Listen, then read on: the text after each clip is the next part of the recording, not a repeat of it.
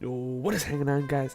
It is ChunkArama. So earlier on today, Ickabod invited me to his hardcore server where he's going to be doing his hardcore season 4, and he's inviting YouTubers, streamers, and just his general following. And because I'm a big fan, he invited me to join him, and this is what happened. Yeah, this is the old hardcore land here. So Awesome. I've invited a bunch of YouTubers and Twitter followers and just people that have followed my series to come join on this hardcore server. Awesome. I gotta admit, it's a pretty good job on the building. Quite like it. Yeah, that was my son here. He's inside the building right there. He's the one who built the building. Wow. It's all him. He's got this MLG skills. See you Agreed. using the new banners as well. Pretty cool. The skills on them banners. It's just wow. Oh yeah, I'm abusive with the banners. We put banners everywhere. It's because they're so cheap to make. Oh yeah. So, I don't know if you want to explain a bit, because, you know, I don't really know what I'm doing. Okay, let me give the basic rules. So the basic rules are here up on the wall that I got. The first rule is that if it seems like it's an exploit, it probably is, so don't do it. Mm-hmm. So is that more like exploits, like bugs, or? Yeah, like bugs, or say going above the nether in bedrock and stuff like that. Stuff like that you should not be able to do without, you know, like X-ray hacks, stuff like that. Yeah. It's alright, I'll turn my X-rays off then. I'm joking. So, number two, second one is all farms are okay. However, if they cause server problems, then I'll disable or destroy them. Now, I'll talk to whoever made them first, but it's basically, I'm cool with whatever, because in my mind, that's not an exploit. That's using the system and using the capabilities that are built in with Redstone and all the systems within the game itself.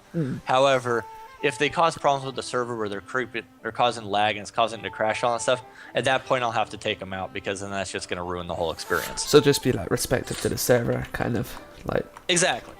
Yeah, that's cool. So the third rule is no branch or strip mining. Digging for rocks is okay, but don't do it at diamond level. If you have to ask, it's probably not allowed, which goes along with the whole exploit thing. No. The reason for this is the fact that really, if you go and branch mine, you can get diamonds all day long, and then it's not even worth it. You're not really having an adventure then. I might as well just give you creative mode. Yeah. So anything on this server's got to be earned. That's the way we're doing this thing. So it's kind of an honor rule though, because I mean, someone could probably do it and I would never know. But you know, if you're playing on the server, you know, it's about, you know, play by the rules. Yeah, that's I think that's fair. Plus, I know it is kind of cheaty, kind of. Yeah, I mean, you get full set of diamond armor right away, and then, you know, whatever. So besides, I'm not going to do it, and I'm recording for YouTube for my series. So if everybody's running around a bunch of diamond and I'm like sitting here and junk, then, you know, it's kind of funny. Yeah, so, I think that's fair. Also, his link will be down below as well, which is pretty cool. So is there any more? Yeah, the fourth rule here. Messing with any bedrock is bannable. The reason being is because that comes into the nether. You can get on top of the nether or something like that, or you could dig through the bottom of the world. Plus the fact I have command blocks set up so that if you die, you get sent to a bedrock prison. Yeah. So none of that. That is specifically for Sheepco. Oh, why does he like to mess with bedrock? No, he on the test server he was messing around with some of the command blocks that I had set up. So he said he's not going to, but it's just I want to make that clear. If you're messing with bedrock, you're not supposed to be able to break bedrock anyway. So yeah, it's an exploit. It's specifically an exploit. You should put brackets, Mr. Sheepskull. Okay, the next one, number 5. Trolling is encouraged. No griefing. Oh. So you can troll people, you can mess around. It's encouraged that you mess around with people, but no griefing, meaning don't mess with anybody's buildings, don't steal anything, don't do anything that's going to cause anybody to get killed. But if you want to mess with people, that's all good fun. I encourage that. Your level of trolling and griefing might be a bit different. What would you class as filling someone's house with obsidian? Would you say that's griefing or trolling? I would call that griefing just because of the fact that they can't get it out. Well, you know, that's kind of a borderline one. If you want to, I would blocking their door would be one thing, but then here's the thing. If you think about it, if you do their house and they logged off in their house, so they log back on, then that means they're buried in obsidian, and that means they're gonna die. Yeah. Or the other thing is, like, say they have all their stuff in their house and they can't get back into it and they're trapped outside, and then they can't survive, they're gonna die. Yeah. So anything like that that's gonna result in a way that someone's going to die, no, that would be griefing in my mind. And you said no stealing is allowed. What about if someone's died and their stuff's there? Obviously, you're probably not allowed to I would take think it. that's. Or I think that. I mean, if you're dying, say you're out in the woods and you're starving, and you see someone's house and they have some food, that's okay. but I'd say that's okay. just don't be stupid and. Yeah, don't take like a whole stack of steak. If you're out there and they got some steak, you take a couple to get you through or something like that, and that's okay. But you don't take like a stack. Yeah, that's pretty cool. So it's all common sense, basically. Yeah. Number 6 is please don't kill the dragon. The wither, go for it. You can kill as many withers as you want, but don't kill the dragon. The reason for the dragon. Go. The reason I was gonna say for the dragon is because I want to make that a server event, and I really don't want to have to go through the whole process of spawning another dragon in the end and doing all that. So I could kill it for the series. Even though the new summon command is pretty easy to do that now.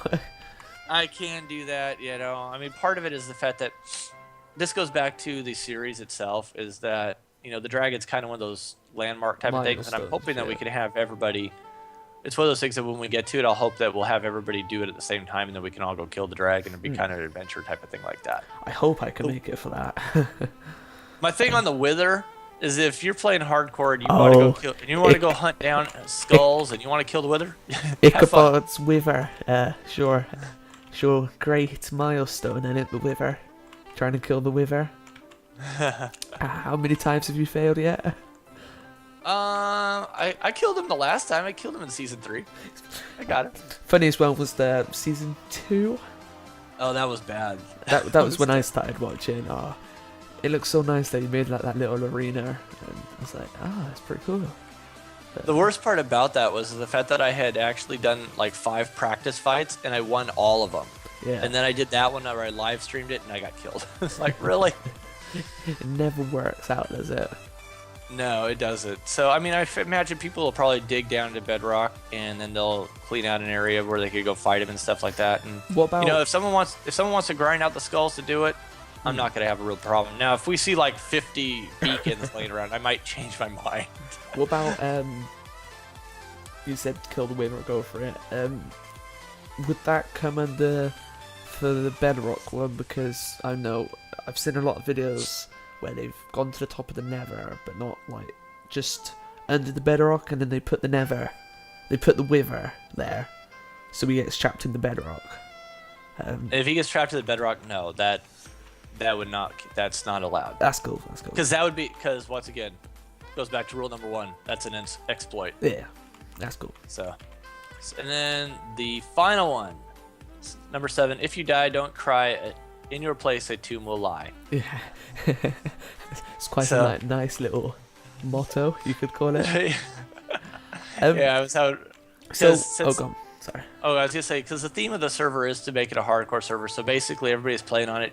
In theory, you get 1 life. So if you die, that's basically it. I wanted to put everybody in spectator mode, but I was having trouble figuring out how to do it, so I just sent them to prison.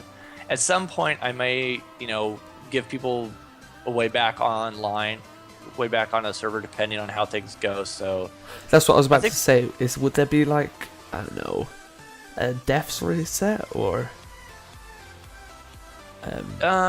Yeah, I don't really. I mean, it's one of those things I don't know. Like, if everybody's dead within the first week, that's gonna be a thing. First week, that's long for me. So, another thing I was thinking that I might do, which I think would work really well with the series, is that I could do, like, I'll make books, and I could put books around the world in places where I'm exploring the villages, and I'll leave them out there so people that are playing can go find them. And turning them in gets you an extra life type of thing. Kind of like a token, kind of. Exactly. Yeah, that's pretty cool. So that might be fun. I mean, most of these are all guidelines. In fact, I'm gonna make that as a new rule right here. Right. These are guidelines. If I could spell. And subject. to change. So the final thing that I have are, these are guidelines that are subject to change. So as I see things that I need to make, if I need to make changes to something, then I'll make changes to what I think is gonna work best for a server. I've never hosted a server, so Yeah.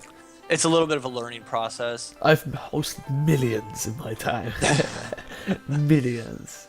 Which I don't know if it's a good thing or a bad thing, but I don't know. So I saw these open command blocks out here.